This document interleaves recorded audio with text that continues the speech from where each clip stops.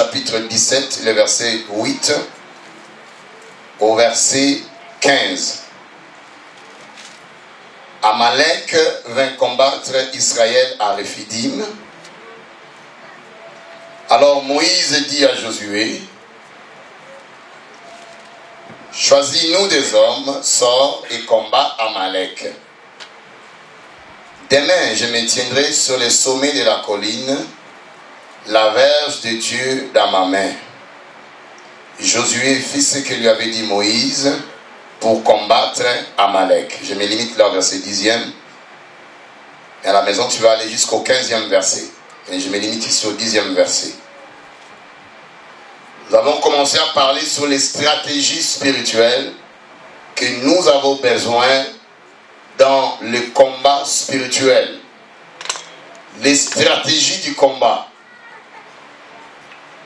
Parce qu'à chaque combat est réservé ou encore est cachée une certaine stratégie. Une stratégie que tu dois mettre sur place qui va te permettre à remporter la victoire dans ce combat spirituel qui attaque ta vie. Nous avons besoin d'élaborer de bonnes stratégies spirituelles. Parce qu'une armée ne va pas en guerre sans stratégie. Une armée ne va pas en guerre sans un plan d'action.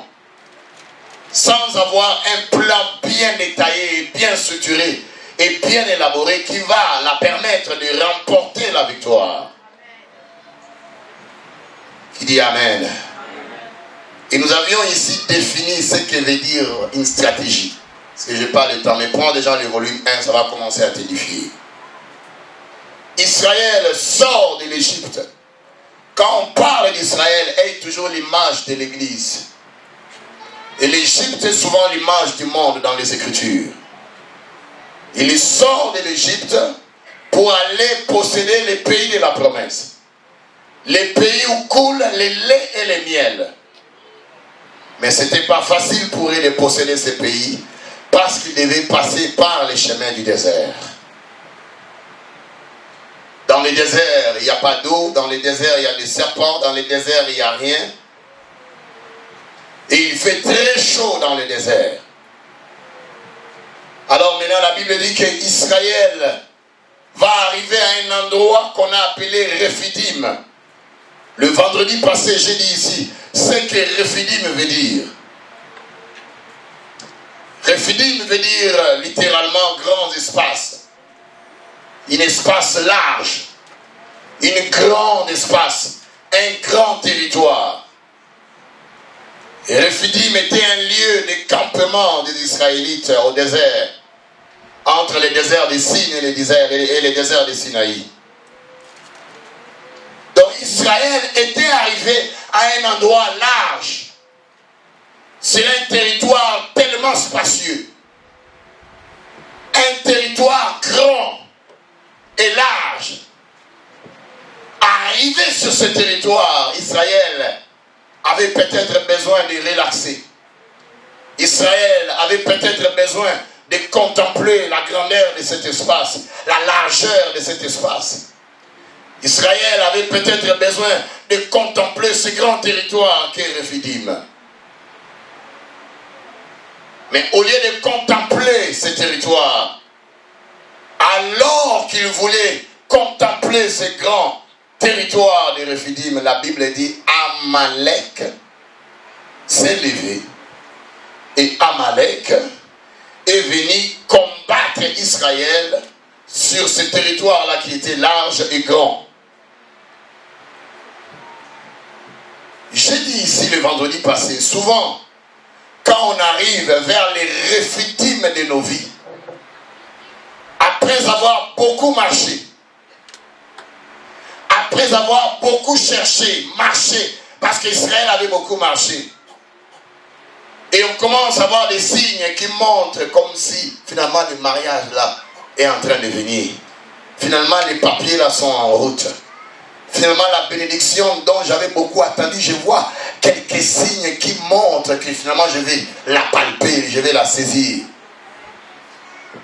Souvent quand nous arrivons vers les Rephidim de notre vie, s'élève un grand ennemi, un ennemi acharné, un ennemi assoiffé, qui ne veut rien savoir si ce n'est de nous tuer. Un ennemi qui nous connaît très bien. Un ennemi qui se lèvera pour t'empêcher à ne pas bénéficier de ce grand territoire spacieux et glorieux que le Seigneur a tracé au-devant de toi. Alléluia. Je dis Alléluia. Donne-moi toujours un bon amen. Dis-toi toujours, les gens là ont trop crié, mais ils ont quand même le souffle pour parler. Je dis Alléluia. Donne-moi un amen. Le Seigneur, amen. Acclame le Seigneur pour démontrer la joie aux frères et sœurs qui vont regarder cette vidéo sur les internets et partout pour voir qu'ici, à Montréal, je l'ai racheté. Jésus règne et la sorcellerie n'a pas de place. Le frère de Jacob. Amalek, c'est un petit-fils d'Ésaü. Et Ésaü plutôt était le frère de Jacob. Maintenant, ils ont mis au monde, ils ont eu des descendants. Et parmi ces descendants, il a eu un petit-fils. Ésaü aura un petit-fils qu'on va nommer du nom d'Amalek. Et Israël ici, c'est le descendant de Jacob. Il vient de sortir de l'Égypte, n'est-ce pas? Ils ont des promesses. Mais un ennemi acharné. Un ennemi qui les connaît très bien. Parce que biologiquement parlant, ils doivent avoir le même sang, ou génétiquement parlant. Alléluia. Je dis Alléluia. Amalek s'est levé contre Israël. Et nous avons dit ici, la première stratégie que nous avons besoin de mettre sur place pour vaincre les combats contre Amalek. Nous avions dit que nous devons avoir la connaissance, une connaissance bien précise, une connaissance bien détaillée de notre ennemi. Parce que lui, il nous connaît très bien. Ton ennemi te connaît très bien. Et je parle d'un ennemi spirituel qui peut être une maladie. Je parle d'un ennemi spirituel, mais il peut être aussi physique. Je parle d'un ennemi qui peut être la sorcellerie. Je parle d'un ennemi qui peut être la rose croix, ou l'esprit de ton père qui est dans la rose croix. Et dans sa rose croix, il a sacrifié tous ses enfants. Son esprit devient un ennemi à ton étoile. Je parle à quelqu'un ce soir. Ton ennemi peut être directement... Des fois, on choisit des amis, mais on ne choisit pas des ennemis. Comme tu peux te retrouver, tu es né dans une lignée où directement, il y a les chefs coutumiers, il y a les grands-pères qui étaient dans les chefs coutumiers. Ton père, finalement, a eu ce sang-là des chefs coutumiers. Toi aussi, tu es sorti de cette lignée sans l'avoir demandé au Seigneur. Maintenant, le sang sorcier des chefs coutumiers commence à te déranger, commence à lier ton mariage, à lier ton esprit, à chercher même à lier tes enfants. Ça devient un ennemi acharné. Je parle à quelqu'un ici. Maintenant, si tu vas dans un endroit où on ne veut pas parler de la délivrance, où on ne veut pas qu'on chasse un démon. Moi, déjà, quand tu me dis, ici, on ne chasse pas les démons. Ici, ne touche pas les histoires au nom de Jésus. Ici, ne fais rien. Toi-même qui me dis ça, tu deviens mon tout premier suspect. Donc, je n'aurai pas besoin de prophéties à gauche, à droite. Non, non. Déjà, le fait de me dire ça, ça me donne de très mauvais signaux. Je parle à quelqu'un ce soir. Et quand nous parlons de ça, les satanistes, les sorciers commencent à nous dire, oh, ne parlez pas de ces choses, vous êtes des jeunes gens, retournez à l'école. Je dis à ces sorciers-là, on va étudier, on a toujours étudié, mais rien ne nous arrêtera de continuer à parler de l'évangile de Jésus qui sauve et qui démasque les œuvres de la sorcellerie. Si par hasard vous les rencontrez, vous lui dites ça.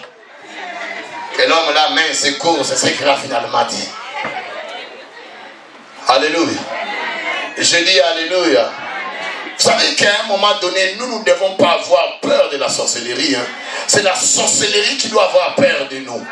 Le Seigneur n'a jamais destiné à l'église de courir ou bien de reculer devant son ennemi. Mais il a dit, comme un lion, le lion, les héros des animaux, il ne recule devant qui que ce soit. Moi et toi, nous avons la nature du lion, du véritable lion, à savoir celui de la tribu de Juda. Ayant sa nature, nous ne devons pas reculer. Il avance, moi aussi j'avance. Et je vais avancer dans tous les sens. Sur le plan spirituel et sur le plan physique. Parce qu'à un moment donné, les ennemis deviennent aussi trop physiques. Ils prennent ça trop personnel. Alléluia. J'ai dit alléluia. Amalek connaissait Israël. Tu dois connaître qu'est-ce qui attaque ta vie. Tes parents sont vivants. Tu dois leur parler.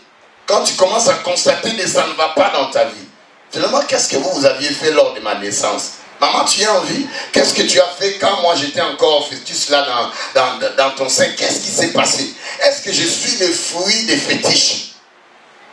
Est-ce que tu ne mettais pas au monde? Maintenant, pour mettre au monde, tu es allé chercher des fétiches. Maintenant, par ces fétiches-là, tu tomberas enceinte. Et finalement, moi, je suis venu au monde. Est-ce que je suis le fruit des fétiches? Est-ce que je suis le fruit des nganga? Est-ce que je suis le fruit des médiums ou de la sorcellerie? Amen. Tu dois savoir ton ennemi. Non, si tu vas ailleurs, on va te dire, ma soeur, tu es bénie. La délivrance, là, Jésus a déjà payé les prix au bois du Calvaire. Hein? Vous êtes en train de crier là-bas, ce n'est ni par la force. Vous êtes bénis. Or, dans ta vie, tu constates les signes de la malédiction. Tu constates les signes et les marques de la sorcellerie en train d'agir et en train d'opérer. Et tu vas à un endroit où on est en train de te faire perdre ton temps au nom de l'évangile, disant que Jésus a tout fait. Jésus avait tout fait aussi pour Lazare. Mais quand Lazare est sorti du tombeau, ayant les pieds et les mains liés, Jésus a dit non, ça ne va pas. Quelque chose ne va pas là-bas. Déliez-les et laissez-les aller. Amen. J'ai dit à quelqu'un, mais quand on chasse les démons là, on ne les chasse pas au nom d'Ézéchiel ou de Fidèle ou de Thierry. On les chasse au nom de Jésus. C'est Jésus-là qui nous a donné le pouvoir. Il a donné toute autorité, tout pouvoir m'a été donné dans le ciel, sur la terre et sous la terre. Plus tard, il dira, voici, je vous ai donné le pouvoir de marcher sur les serpents. Amen. Je dis amen. Tu dois avoir la connaissance de ton ennemi. Tu dois savoir, c'est le vaudou de ton père ou de ta grand-mère. C'est le médium que tu avais contracté. C'est quoi ton ennemi qui est dans ta génération, dans ta lignée? C'est quoi? Qu'est-ce qu'il y a là?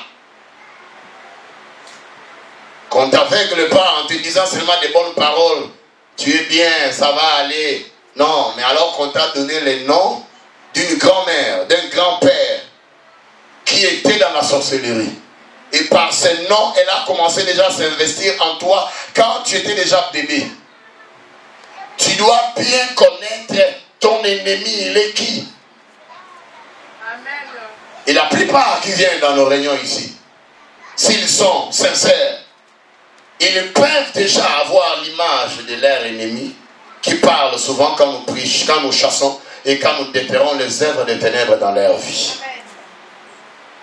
Qui dit Amen? Amen. Je dis qui dit Amen. Amen. La connaissance de ton ennemi va t'aider à bien te positionner, à bien te repositionner dans les combats.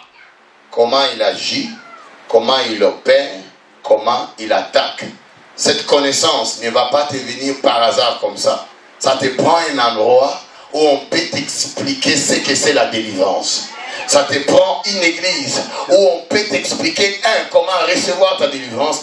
2, comment te maintenir sous la grâce de la délivrance. Amen. Je dis Amen.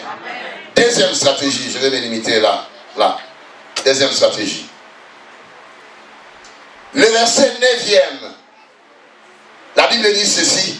Alors Moïse dit à Josué, choisis-nous des hommes, sors et combat Amalek.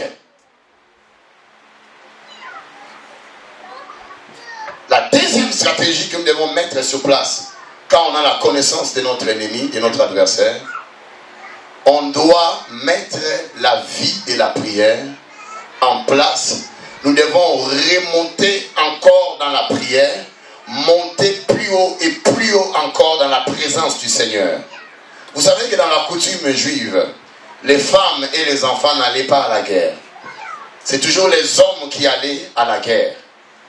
Et c'est intéressant d'écouter Moïse dire à Josué, « Sors et choisis-nous des hommes. » On peut penser que c'est seulement les hommes ici, dans le Nouveau Testament, qui doivent aller au combat, à la guerre. Non, non. Mais les hommes dont il est question ici, c'est les hommes que Dieu avait créés. Quand Dieu a créé Adam et Ève, quand il les a regardés, Dieu les a appelés hommes. Donc je dirais ici, dans un terme clair, les hommes dont Dieu a besoin ici, je dirais que c'est les hommes et les femmes qui ont été créés à l'image de Dieu. C'est ces hommes-là que Dieu est en train de rechercher dans sa présence. Selon Ésaïe 59, Dieu cherche un homme et il s'étonne de ce que personne ne prie, de ce que personne n'intercède. Amen. Je dis Amen. Et dans Ézéchiel 22, 30, Dieu cherche encore un homme qui élève un mur et qui se tienne à la brèche en faveur du pays.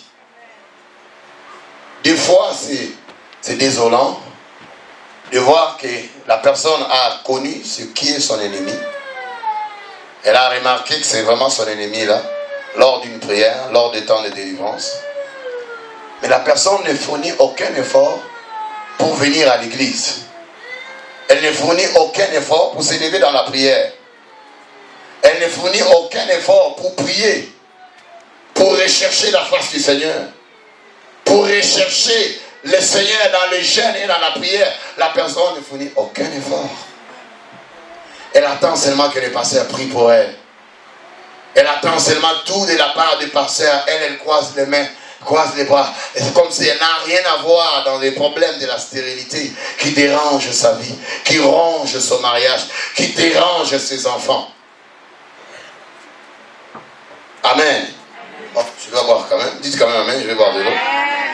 On comprend que l'heure est grave, que l'heure n'est pas aux plaisanteries, l'heure n'est pas à la distraction, l'heure n'est pas aux pleurs, mais c'est tenir à la brèche, là où Amalek est en train de frapper, là où Amalek est en train de travailler. Vous savez, quand on dit c'est tenir à la brèche, c'est-à-dire c'est tenir dans un trou, là où il y a un trou, là où il y a une porte qui aide Amalek d'entrer, qui aide à la sorcellerie d'entrer et d'opérer, qui aide au vaudou d'entrer et d'opérer, qui aide à la malédiction d'entrer et d'opérer. Se tenir à côté de ce trou-là pour, n'est-ce pas, en train de résister et paralyser.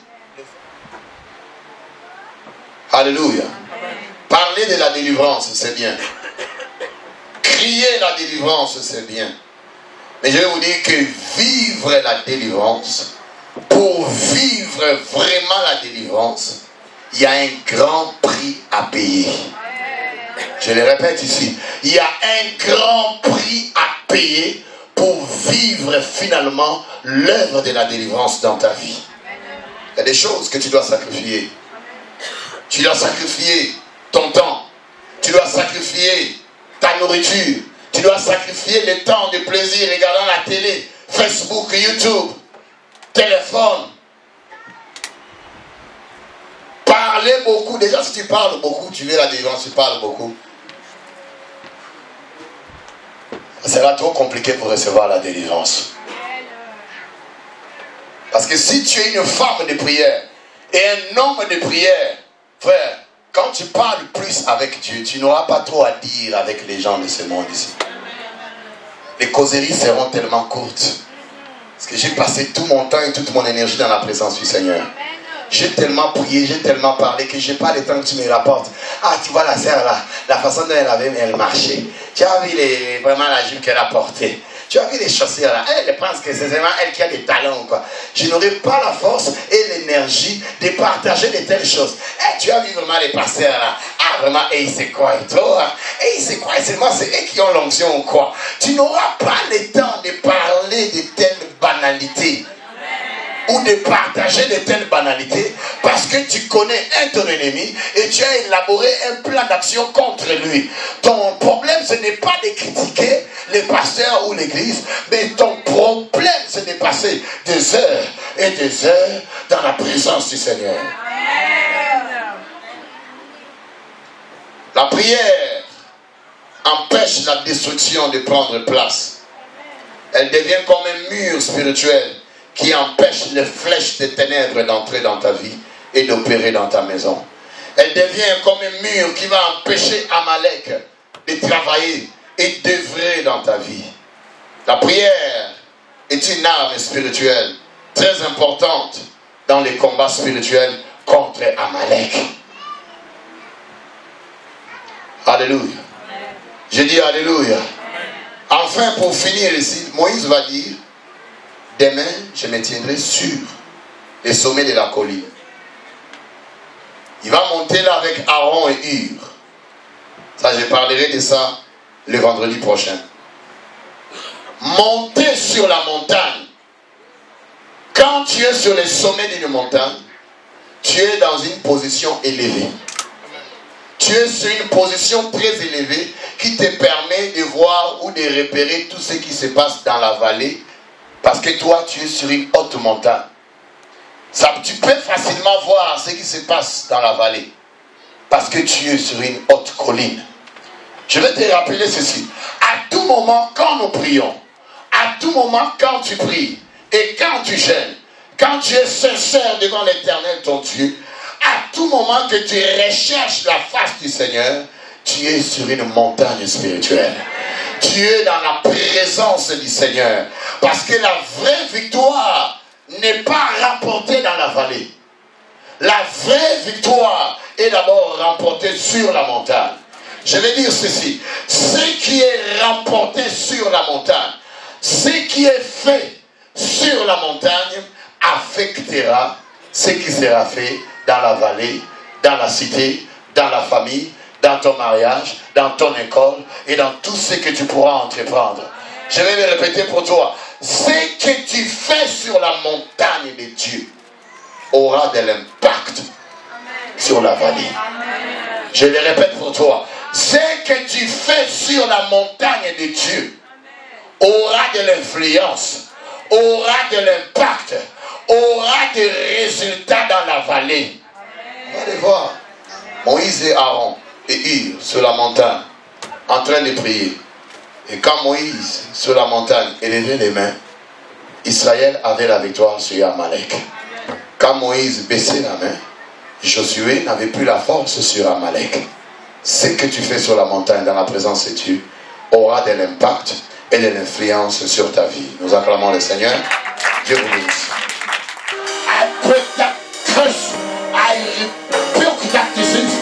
I break it in Jesus' name. I break it in Jesus' name. I break it tonight in Jesus' name. Glory to God. Glory to God. I break it in Jesus' name. I speak life in your blood. I speak the very life of God into your blood. I release the very life of God on your sister. I surrender the very life of God on your sister. From the soles of your feet to the crown of your head. From the soles of your feet to the very crown of your head. I surrender.